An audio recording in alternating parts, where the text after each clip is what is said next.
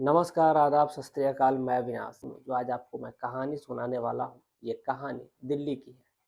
दिल्ली पे आमतौर से एक जो जगह है वो फ़ेमस है जिसका नाम जीबी रोड है। वहाँ पर वेश्यावृत्ति होती है। वहाँ पर तमाम पुरुष जाते हैं और अपने तन की आग को बुझाते हैं वहाँ पर। तन की आग हो या मन की आग हो, सभी अपनी जो जिस्म की हवस होती है, भूख होती है, वो जाकर के वहीं पर मिटाते हैं।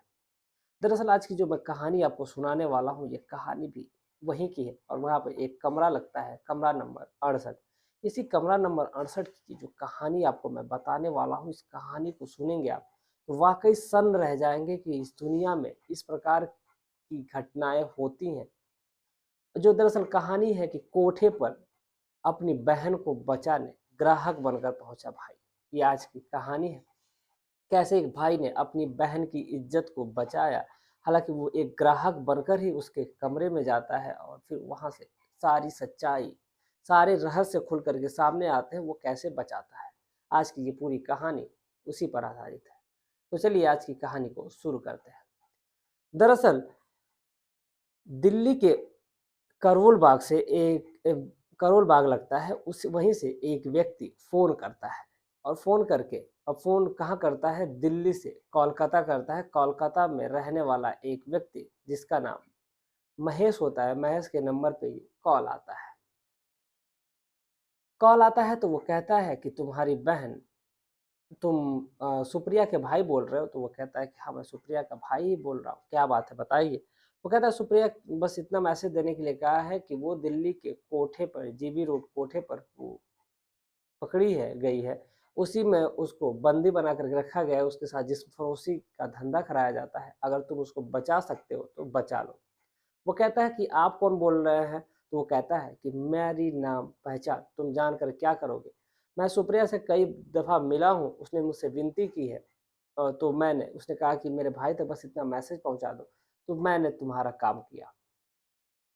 ये जब बातें सुनता है उसका भाई, तो उसको पता चलता है, तो वो सीधे बाइक मोड़ता है और अपने घर पहुँचता है। जब घर पहुँचता है तो अपने माँ से, पिताजी से कहता है कि हमारी जो बहन लापता हो गई थी, जिसका कोई नाम पता नहीं मिल रहा था, जो गुम हो गई थी, उसकी एक खबर आई है, मुझे जल्द से जल्द यहाँ से दिल्ली निकलना है। ये कह कर के मुझे अपने माता-पिता से परमिशन लेता है और उसके बाद सीधा वो दिल्ली पहुँचता है। जब दिल्ली पहुँचता है तो वहाँ पर वो सीधे उसी कोठे पर जाता है, जो जीबी रोड कोठा है, उसी कोठे पर जाता है और कहता है कि पहले तमाम जाके वहाँ पर लड़कियों को देखता है, उससे अब जब वहाँ पर देख लेता है, फिर वहाँ से वापस आता है। वापस आने के बाद फिर वो उसी व्यक्ति को कॉल करता है, जो व्यक्ति उसको फ़ोन किया था जिस नंबर से।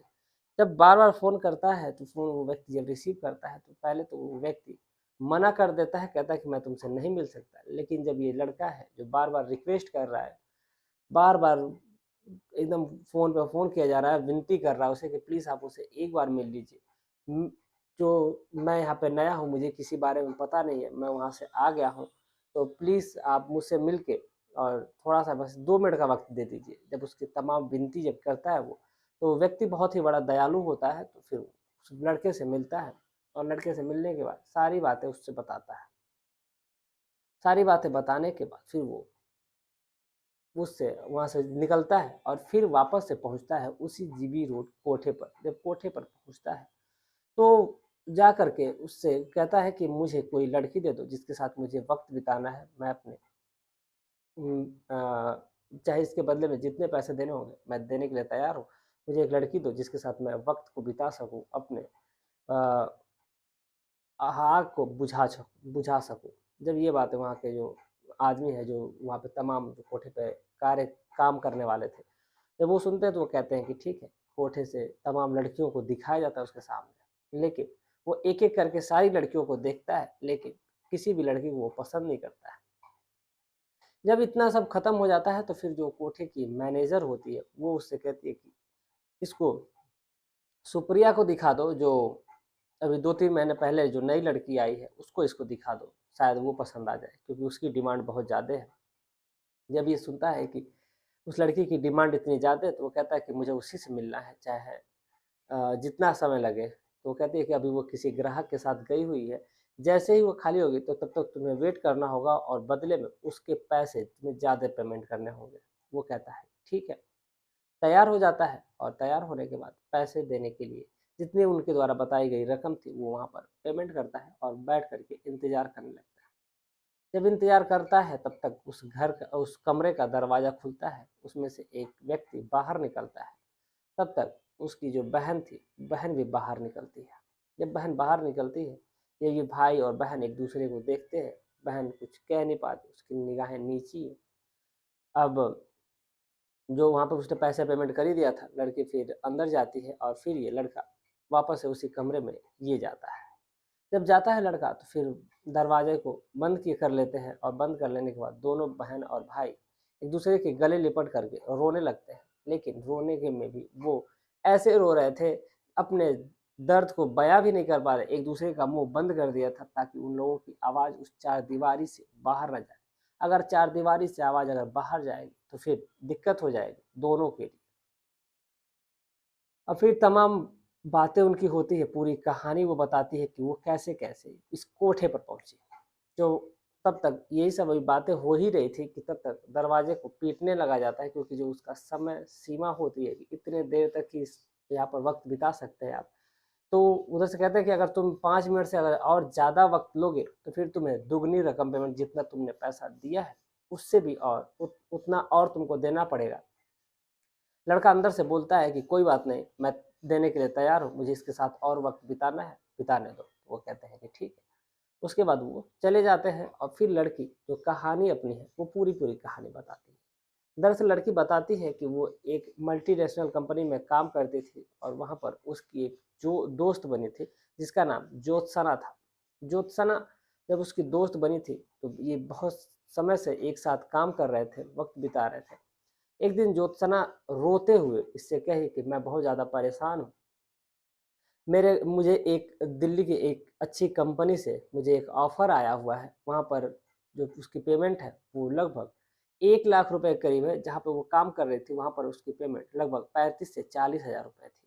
वो कहती है कि मैं अगर मैं वहाँ जाती तो मेरी सैलरी बढ़ जाती और मेरा पोस्ट भी बढ़ जाता।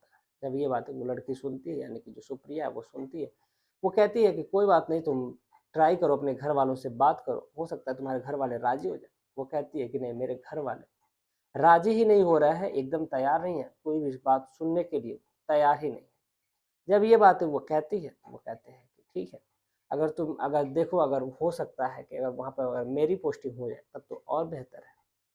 तब बेहतर है, मैं शायद, अगर तुम्हारे घर वाले नहीं तैयार हो रहे, मेरे लिए घर वाले तैयार हो जाएँगे, मैं इस काम को करने के लिए तैयार हूँ। पेमेंट भी अच्छी खासी मिलने लगेगी, घर की गरीबी दूर हो जाएगी। वो कहती है कि ठीक है, मैं बात करती हूँ।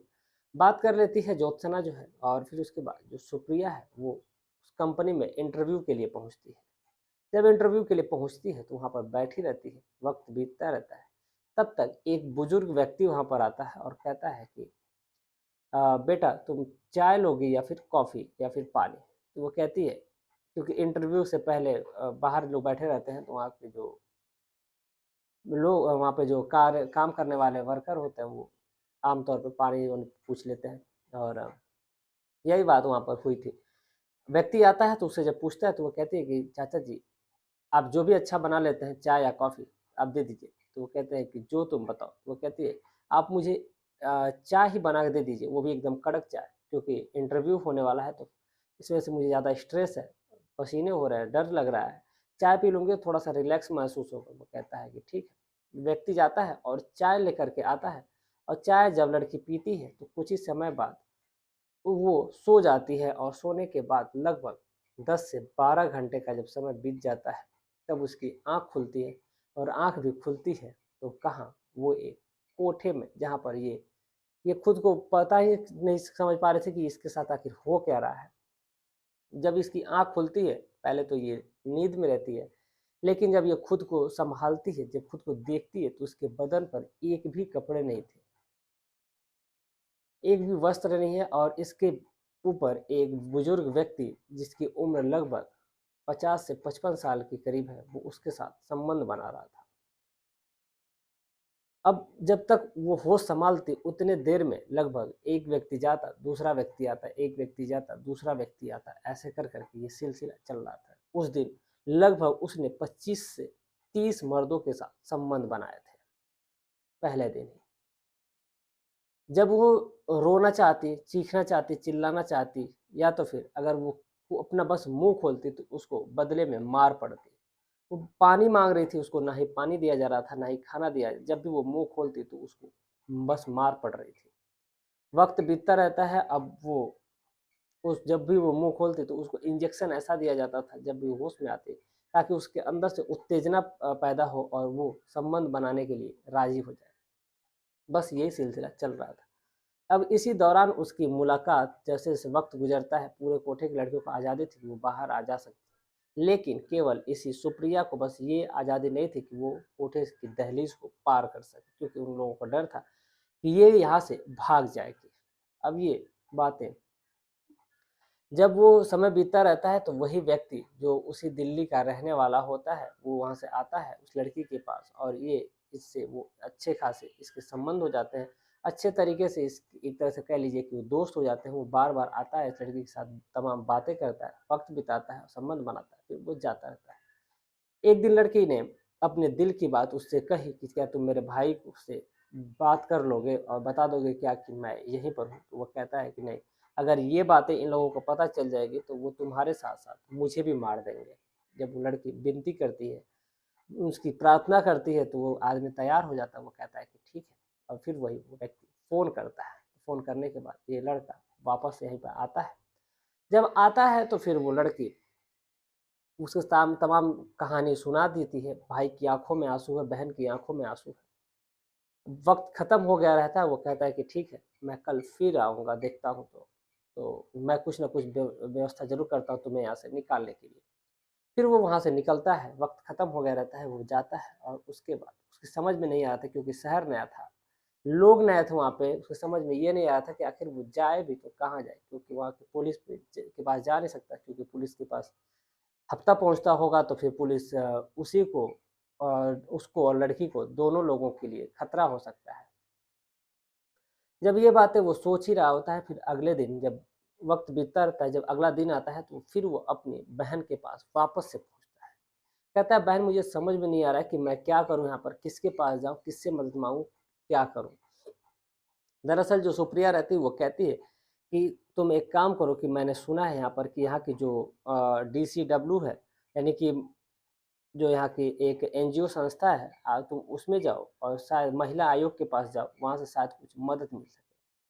तो जो व्यक्ति है, वो लड़का सीधे वहाँ से निकलता है और फिर वो महिला आयोग के पास पहुँचता है और वहाँ पर जाता है। एक डीसीडब्ल्यू होता है और वहाँ पर जो महिला अध्यक्ष थी, जिनका नाम स्वाति मालीवाल था, इन्हीं की एक एनजीओ चलती है, डीसीडब्ल्यू उसकी एक मेंबर थी किरण नेगी, उसी से ये मिलता है और मिल कर के अपनी बहन की सारी सच्चाई, जो भी वाक़या हुआ रहता है उसके साथ, सारी बातें बताता है।